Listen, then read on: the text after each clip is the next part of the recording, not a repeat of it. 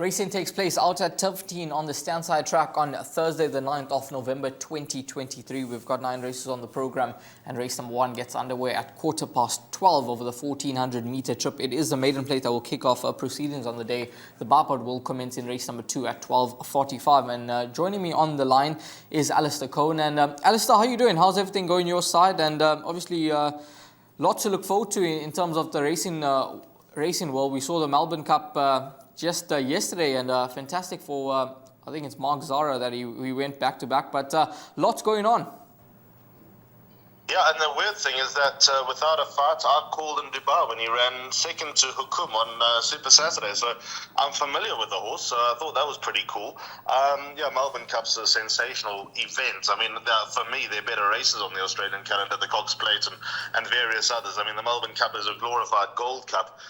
It is, after all, not even a Grade 1, but in terms of an event, in terms of what it means to Australia, in terms of the world that tune in to watch the race, absolutely sensational. So, well done to all the connections. Sheikh Obeid, the winning owner of Without a Fight, and that obviously kept us busy on Tuesday because there was no local racing, but we won't have any issues on Thursday by the looks of things. The rain cleared late Tuesday afternoon. It's a beautiful Wednesday. It's forecast to be beautiful all the way through the week. So let's go with this card. I must confess, I prefer Tuesday's card more than the Thursday card at Turffontein, but hopefully we can find a few pearls of wisdom. Well, race number 1 on the program, Mary's Greenlight, is at 12-10. It's 16-10 about the Octagon, 8-1 John Wick, 10-1 and better bar those. Now, Mary's Greenlight, she was all the rage on last time out returning off that layoff, but obviously it proved to be too short, and she found Rugger Lover too good for her on the day. And the Octagon obviously returning off a 105-day layoff, and it was a nice run on debut from this individual, Alistair, and he was the type of horse that you possibly thought next time out we can follow him with a bit of confidence, and you were on his side on debut, if I can recall. Yeah, you spot on, Raheel. You know, he was a bit of a weird one, the Octagon, because I heard such a strong word about him. People had seen him work, and people had ridden him and thought the absolute world of him. And he drifted from 6-1 to 14-1, especially after I tipped him on the show. So I suppose the school of thought, the line of thinking would have been that he's going to need further, he's going to need the run, or whatever the case may have been. Gavin Larena retains the right. He's got draw 1. He did more right than wrong on debut. Borrow too good, but that all ended up okay. It's a bit of a shallow form line, and it's obviously not part of the exotics. I'm sidestepping Mary's Greenlight. I think that price is a bit too short. If you can't beat Rugger Lover, I know coming back from a layoff and probably over a distance short of her best, I think you're clutching at straws a little bit with number 13, Mary's Greenlight. I mean, I can see her featuring, but I'm once bitten, twice shy with her. When I actually look at the Octagon's form, the form lines are very, very weak. There's nothing to get too excited about here. So the value in this race undoubtedly lies with this horse, Horsefly, number 3 on the card. Blinkers on for the first time. Cabello Mazzaniani takes the ride. That run to Kalida last time, finished 3 1/4 lengths back, finished 2 lengths behind the Wizard. And Weather Wizard's got aspirations of running in feature races. So I think the value undoubtedly lies race 1, number 3, Horsefly. So I'm not going to tip a winner in this race. I'm going to go each way. Race 1, number 3 to start today. 12-1 in the market about Horsefly in the first race on the program, and Alistair could be onto something there, a horse that could certainly improve nicely now with those blinkers on. Moving along to race number 2 on the program, a maiden plate for fillies and mares over the 1400 meter trip. And Alicia's Love is your 13-10 favourite. Lady Crusade 28-10. It's more than all 8-1 into 6-1. It's then 10-1 and better bar those. Now, Alicia's Love, second last time out behind Gimme Another. She obviously found a very, very nice filly on the day, and we'll see. Give me another run in the final race on the day, so that's going to be interesting to see how she goes. But this filly obviously coming along the right way, and Richard Fourie in town to ride. Quite interesting. Yeah, indeed. I don't think Fourie and Magna have ever said hello to one another before, so they got the chance in the opening leg of the bipod at Turffontein. I think it's a complex little race, but I am tipping Alicia's Love on top. The penultimate start to Wilkie's had that horse My Lady Stole finished just in front of her. I'm of the opinion that Alicia's Love would have probably beaten My Lady Stole on that occasion had she had a draw. suppose you could also make the case that My Lady Soul could have beaten everyone in that race if she was a little bit more experienced. But all the same, last time came up against what could be a good one in the form of Give Me Another. They fought well, clear of a third, so that's going to be a good sign. So I am tipping number 5, Alicia's Love, on top, but there's no shortage of dangers. Lady Crusade put up a lovely run straight off a layoff when showing pace and just showing signs of needing it in the end. Draw obviously towards the inside is going to be a big plus. Take note, this meeting's now on the standside track, so this race is over 1400, not 1450. So I think a good draw was always a good draw, but it could be made even better that they're starting at the crown of the turn. So number 4, Lady Crusade, will be a better horse with that run under the belt. 7, Mizzen Sale's been on my radar for a while. She's coming against 2 horses that I think might have a better opportunity of exiting the maidens than her this time around, but I think she'll run well enough, number 7, Mizzen Sale. Don't leave her out. And obviously, when I say the unknown in the race, the newcomer to the half-out, more than all, number 14 on the card, as you say, a little bit of support. The form is, it's ordinary, to be honest. The winner, Mountains of the Moon, that's not a bad little horse trained by Robbie Hill, came out and won again. But other than that, you've got horses like Lady Greensteeds, who she's up against again.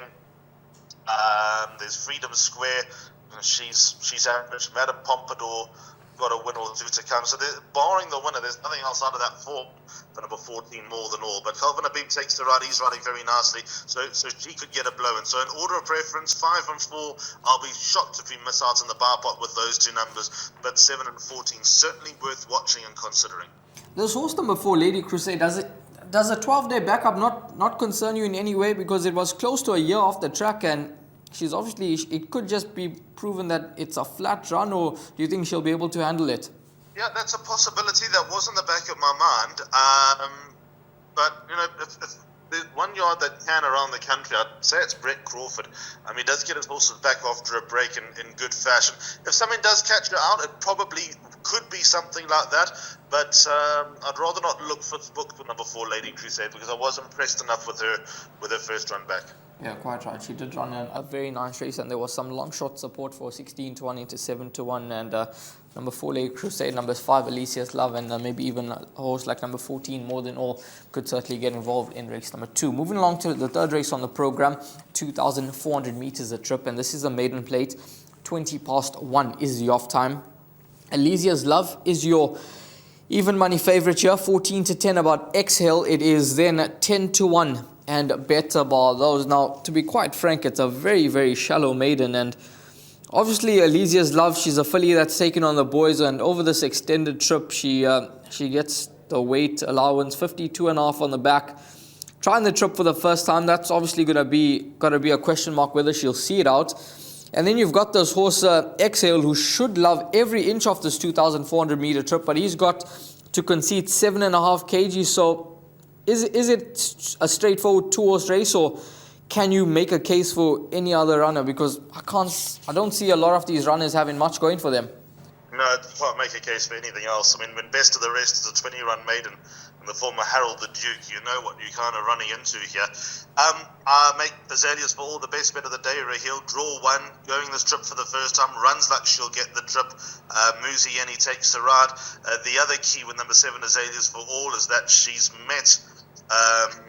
No, she hasn't actually met this horse before, looking at Sriracha rather than Excel. But the point is, with a light weight and conceding that type of weight over this trip from number 1, Exhale, who I think sprung up on them last time in running second to Kudzu. It was always expected to be a bit of a slow burn with Kudzu to get him to where he needs to be, and he came out and walloped Exhale last time out. So I can't see number 7, Azaleas for All, getting beaten. There was money for her last time. I had lunch with Fani Broncos just before the meeting. He was very confident. He was disappointed that you got beaten by Solo Diva last time. I suppose you could draw comparisons and saying Solo Diva beats you, then what are your capabilities? But I can't see number 7, Azaleas for All, getting beaten. The best weighted column, which you've got to take with a pinch of salt in these maidens, has Azaleas for All 10 pounds ahead of All Rise and 12 ahead of number 1, Exhale. I can't see her getting beaten. Even money, I think, is a reasonable price, to be honest. She's a PA and bar pot banker. If she does get rolled over, she's going to get rolled over by Exhale. She'll have to go. There'll have to be something wrong for her to miss the first 2, I believe. Yeah, that's number 7, Azalea's Fall. Lots of confidence coming through from Alistair. Best bet on the card. Moving along to race number 4 on the program, the start of the Pick 6, 2,400 meters the trip. A fillies and mares 76 handicap. Namakwa Blossom is your favorite, 12 to 10 into 9 to 10. It is 4 to 1 about Kind Judy, 5 to 1 Burmese Tiara, 7 to 1 and Better Bar. Those you can scratch. Number 2, Ideal Future. Now for this horse, Namakwa Blossom, this is quite a step down in class for this filly. She's a 2-time winner that ran a very pleasing race last time out behind a fraud, and that horse name escapes me right now, but from the Michael and Adam Aziyad, you'll get the name right. That's it. He obviously won a gutsy race the other day, beating Absolute Value to frank the form. Yeah, so that's obviously got a point number 1, Namakwa Blossom, out of the big run. I'll tell you what worries me about this race. Although Namakwa Blossom is my top choice, it's the Bar and Boertis dynamic here, because these two horses run against each other every week, and one finishes in front of the other every week. I would take a stab and say that number 4, Burmese Tiara's fancied this time around to turn around a 6-length deficit in the space of a week. That is nothing that I would normally give a vote of confidence to. But I also believe that Burmese Tiara is better on a galloping track and Count Judy's better on the inside track. And now that we're on the stand side track, that probably gives Burmese Tiara a slight leg up over her stable companion. So I'd not kick for touch in the PA and the bar pot. I think number 1, Namakwa Blossom, with the form being franked. I mean, she's got a lot of weight to shoulder this time round. She had 50 and a half last time. She's got 60 this time, but she's earned it off her rating of 79. You know, she probably, if you rate her retrospectively and go to the horses that she's run against, the likes of none other Apache Fighter, Crimson Princess, even Damo Star, who came out and won again. If you rate her retrospectively, you'll probably come up with a higher number than a 79. Sadly, we can't, or handicappers can't rate horses retrospectively. So I think that, you know, makes number 1, Namakwa Blossom, a hard nut to crack. 4, Burmese Tiara to chase her home, so potentially put her into the Pick 6, because Boertis tends to find me, so he'll probably come up with Count Judy this time around. And another horse that I think has got a bit of a prayer here of a lightweight, number 7, Explosive Bond. She's developing, she's maturing, she's crying out for this distance. She ran like she would last time. Pilasande Oli now takes a ride. Half a kilo under sufferance doesn't really bother me, especially when they're improving. So might be a bit of value around number 7, Explosive Bond. Having a look at the price, she's around 7 to 1, so I suppose that's fair. She'll have to improve a bit to beat number 1, Namakwa Blossom, but I think that she might be able to get a blow in. I think that Namakwa Blossom will know she's in a race at the end of it, despite being my top choice. I was hoping you gave number 6 all the way from USA a bit of a mention, because the only win has come over track and trip, and she's got just 52 on the back. She's in the same boat as Burmese Tiara on their last start behind Rosie Lemon, but if you look at that run behind Ideal Future and when she was beaten behind Burmese Tiara, she's better off at the weight, so maybe she could get closer to the action at 14 to 1. And that run on the 5th of October, Tyrone Zaki had a winner later on in the day, and he was very, very pleased with the improvement that she showed. She's waited to turn it around with Burmese Tiara and Count Judy, so I suppose that gives number 6 all the way from the USA a little bit of a save, but then she dropped her bundle again last time. I mean, maybe she's just crying out for this type of trip, number 6 all the way from the USA. Nice trifecta quartet inclusion. Yeah, it's quite a competitive race, but as you heard from Alistair, he likes a bit of number 4, Burmese Tiara, to turn it around with number 3, Kind Judy, in race at number 4 on the program, and include the likes of Explosive Bond, Namakwa Blossom into the play as well. Moving along to race number 5, a middle stakes over 2,000 meters. 2:30 is the off time. Jackpot 1 gets underway in race number 5. Miller Hugh is your favorite at 33 to 10. Total Surrender has found a touch of support, 4 to 1 into 7 to 2.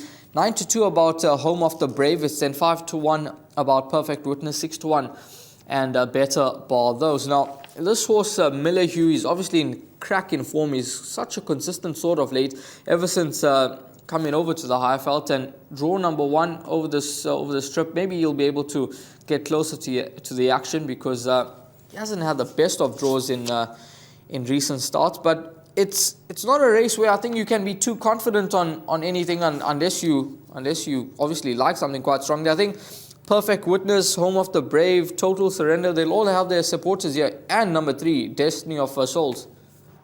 Well, I've left number 7, Miller Hugh, out of everything. Gavin Larena, by the way, did not have the choice with Perfect Witness and Miller Hugh. He was forced to take the ride on Miller Hugh. I don't know how he feels about being forced to take the ride on Millahue. I suppose it's neither here nor there because they've, Millahue, Perfect Witness, they've met each other once before. What I will say about the time that Perfect Witness beat Millahue on the 27th of July is that Perfect Witness wasn't quite popping on that occasion. She ran flat to her penultimate run, but that was after African horse sickness inoculations. But have a look at this form. Silent War came out and won subsequently. There is further down the page, River Quirares and Whispers of War have won out of that form, and all the horses who haven't won have all gone very, very close indeed.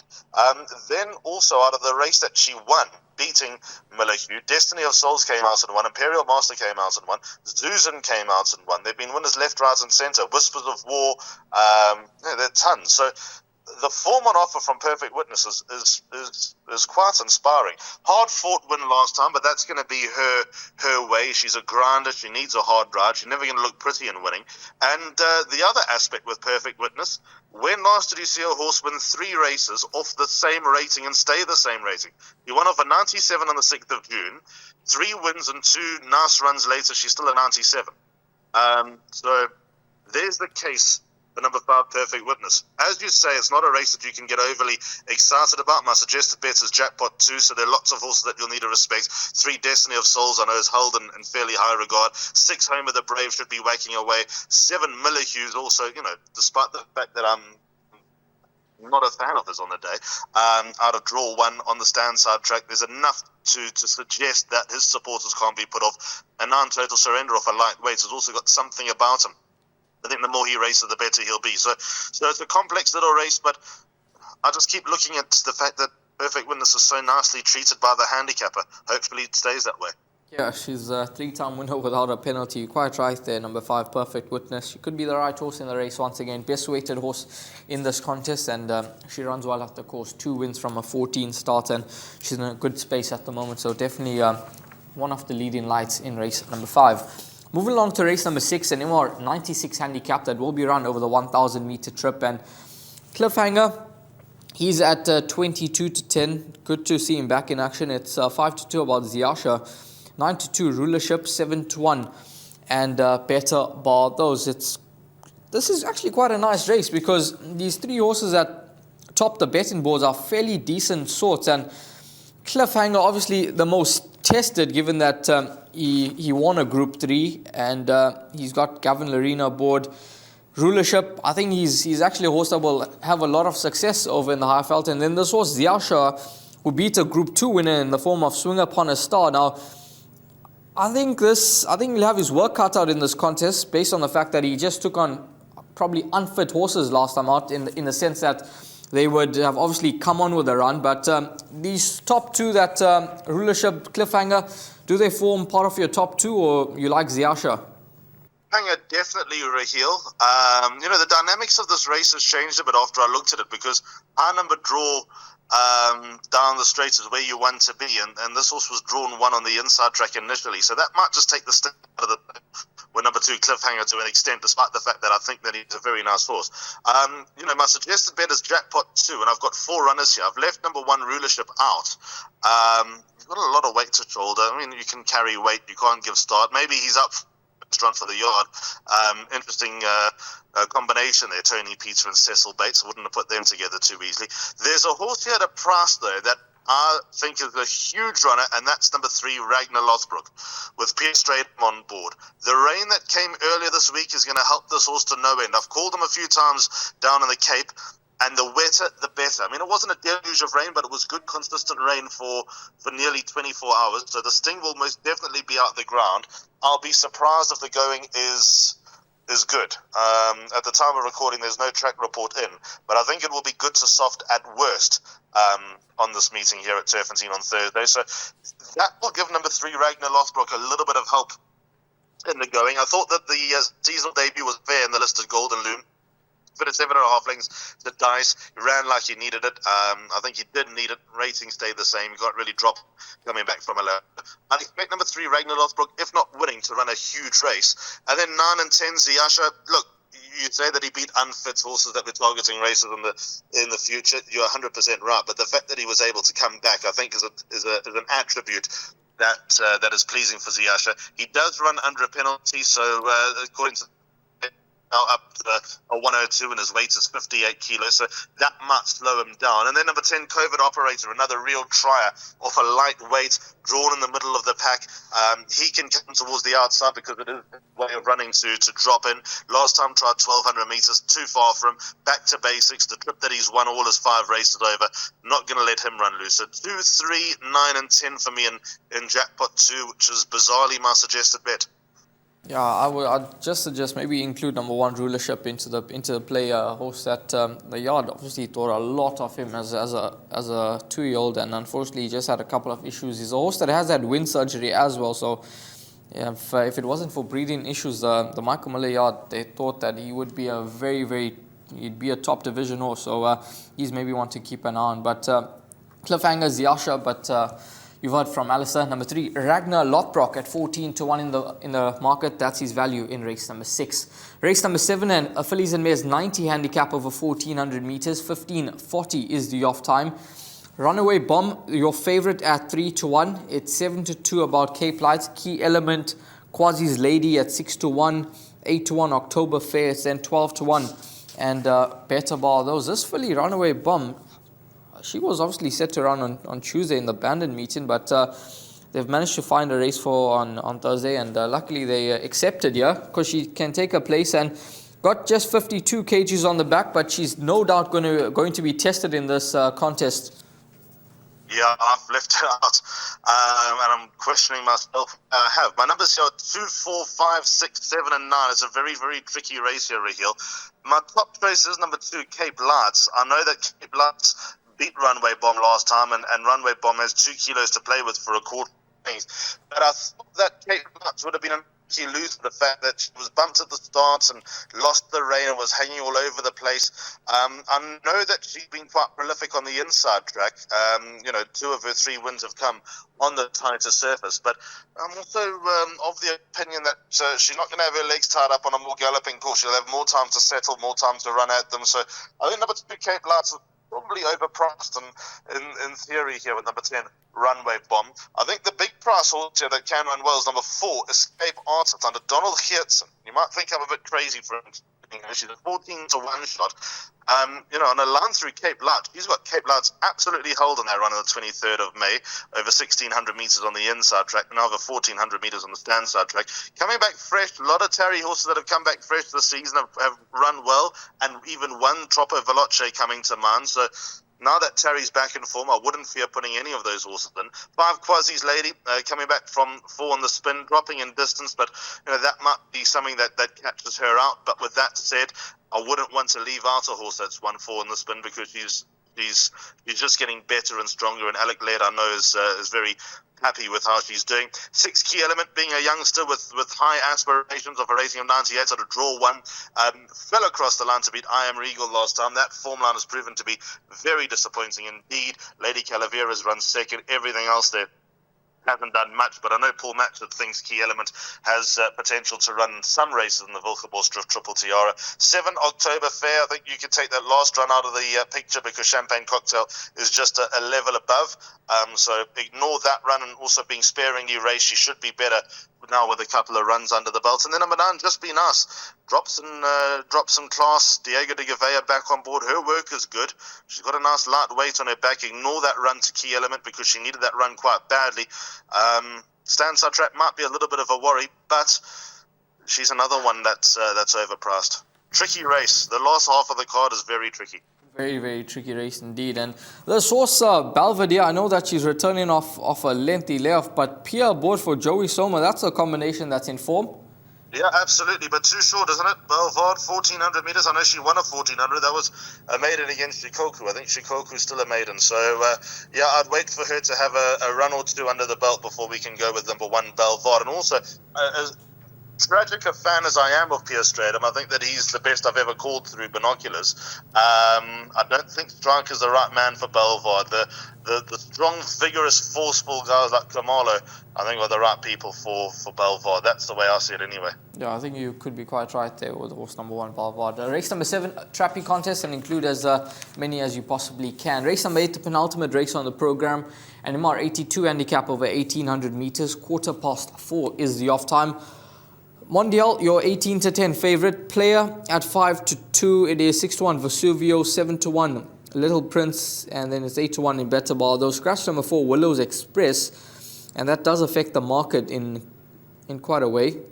So it's now a field of just 9 runners, and player obviously last time out returning off that layoff, I thought he would have needed the run, but a very, very encouraging performance, and he put the field to bed quite easily on that occasion. Subsequently gone up 7 points for that. And this horse, Mondial, who beat House of Romanov last time out, who's obviously won again, I think it is, and Richard Fourie bought. So is that a sort of a statement of intent?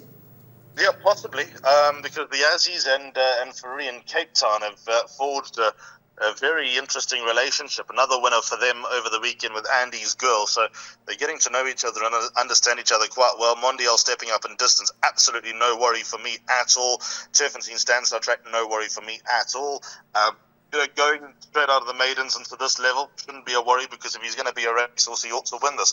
As you mentioned, House of Romanov, the horse that he beat, came out and won, but there's nothing else there out of those form lines from Mondial. So he's a cut above everything that he ran with, to be fair. So I think he's the horse to beat. He deserves his place at the top of the boards, because, as mentioned, he could go somewhere that no one else in this field could go. My numbers here, 1, 2, I had 4 Willow Express, and now scratching, you can decide what you want to do. You can replace them or put them in and hope to double up with the favourite. I've got 7 player in as well, which I'll get to in a moment, and 8 Mondial, so 5 horses for me. So let's go through it. Number 1, Billy Spellbound. I liked so much on Tuesday's card. The I made such a good case for him. And I'm still going to make a fair case for him, because I think he needed his first run back over the wrong distance. Ran an okay race behind Zanovi. He ran in some useful races along the way as a 3-year-old. I remember his win at the Vaal, even though it was in a maiden, he looked like a racehorse. The further he goes, the better he'll be. The mother is an accomplice stayer trained by Sean Tarry. Pierre Stradom takes the ride. The draw's obviously a little bit of concern. 9 out of 9. I suppose it's not a train smash. It was 9 out of 16. You wouldn't blink. Number 2, Clarkson. Be with me. That last run was better than it looks. Did a 23.6400 to finish. He was all at sea at the back of the field over a distance that is not his best, despite him featuring over those trips. He'll be better in this race. Don't know if he can win, but think that he'll run a much better race and get into the money. And then number 7, Player. Even though he got £7 for his last win, there's absolutely no doubt in anyone's mind that he is above his rating. He's far better than a 73. He's had a lot of problems, a lot of issues. Hence, he's only had 8 starts as a newly turned 5-year-old. Yeah, competitive race, and Mondial, Player 2, definitely lively contenders here. And as you heard from Alistair, he likes number 1, Billy Spellbound a bit. He obviously thinks this individual will run well, and at 14 to 1, he could certainly be worth a very, very big inclusion here. I mean, this horse has run second to Future Swing. We saw Future Swing win the Algoa Cup over the weekend, and he's run third behind After Profit, and this is certainly a level where he should be competitive at. So 14 to 1, I think that's a very, very good price about horse number 1, Billy Spellbound. Race number 9, Fillies and Mares, 76 handicap, 1600 meters the distance. Give me another 9 to 10 in the market. 4 to 1 Perilla, at 6 to 1 about Sunshine Day. It's then 12 to 1 and Better Ball. Those just 3 horses in single figures. Scratch numbers 6, 7, 13, 15 in this contest. It's now reduced to a field of 11 runners. And this filly, Give Me Another, well-bred daughter of Give Me the Green Light. All she could do on debut was win, and win she did. Despite her drifting come race time, she did find the early support, and there's obviously a lot to like about the manner in which she went on with the job and got the win out the way. She's a filly that's open to any amount of improvement, and she could be a class above this field. She could be. It's an absolute two-horse race here, Raheel, with number 1, Perilla, but that bad draw puts me off. I put her into the jackpot because I still think she's upwardly mobile on the half-file, but they all have to beat number 5, Give Me Another. If Elysia's Love wins earlier on in the day, Give Me Another's price will just about half. So currently at around 14 to 10, expect her to go odds on by the time that race runs, if Elysia's Love comes out and wins. A little bit of a worry that the only runner out of that race was Darling Harbour, who ran 7th, staying on 7th. She needs 2,000 metres, but there's nothing else in that race. But she, as you say, she could only beat what was put in front of her, and she beat what was put in front of her in style. So, if she's, again, I'm going to use the theory, if she's going to be anything, he ought to win this race. JP van der Merwe takes her right out of a generous draw. Maybe I'm overcomplicating it by putting 2 horses in. So 5, Give Me Another, a very strong top selection. She goes a mile for the first time. That should be no issue at all. Number 1, Perilla, her biggest and probably only danger. I think maybe even a horse like maybe number 4, Sunshine Day, could be one for those exactas, trifectas and quartets from a 2 draw. She was well fancied in her first run over in the high felt, finding that filly on the horizon too good, who's unbeaten, and then she got the job done in a work riders race last time out when still doing things very, very backwards. So she could be a horse that's open to quite a bit of improvement as well. Horse number 4, stable companion to the 1 horse Perilla. But Give Me Another, no doubt the one to beat in race number 9. We're going to move along to the suggested bet now. And Alistair will take us through his suggested bet, which is a jackpot. So Alistair, take it away with your suggested bet. Yeah, jackpot 2, which starts at 3 in race number 6. So suggested bet, 2 Cliffhanger, 3 Ragnar Lothbrok, 9 Ziasha and 10 Covert Operator. Then the second leg, I've gone 2 Cape Light, 4 Escape Artist, 5 Quasi's Lady, 6 Key Element, 7 October Fair, and 9 Just Be Nice. So I'm playing for a result there. The penultimate leg, 1 Billy Spellbound, 2 Clarkson. I've got the scratching number 4 Willow Expression, 7 Player and 8 Mondial, and final leg 1 and 5 Perilla and Give Me Another, but probably not serving Give Me Another as well as I should. She should win that last race. Yeah, 240 rand perm there, jackpot 2 from Alistair. Alistair, thanks very much for your time. All the best, and have a wonderful week. Take it easy. Cheers, Raheel. Thanks so much. Same to you. I'm looking forward to the weekend ahead. Got the calendar in front of me. Feature races at Hollywoodbets Durbanville on Saturday. The Western Cape Fillies Championship with Mrs. Geriatrics will make her local debut. The Cape Miles is good. It's a grade 3. It's as good as a grade 1.5. And the listed laissez-faire. And then Sunday got the listed Summer Pudding Handicap at Turffontein. So, yep, all building up towards the Betway Summer Cup on the 25th of November. And then the Cape Festival, of course, starting a day later on Sunday the 26th of November. So looking forward to seeing everybody out there. Yeah, looking forward to the race in action coming up over the next coming days. And all the best, guys. Hopefully, Alistair and myself have managed to guide you in the right direction. And Thursday can be a profitable day's racing out at Turffontein.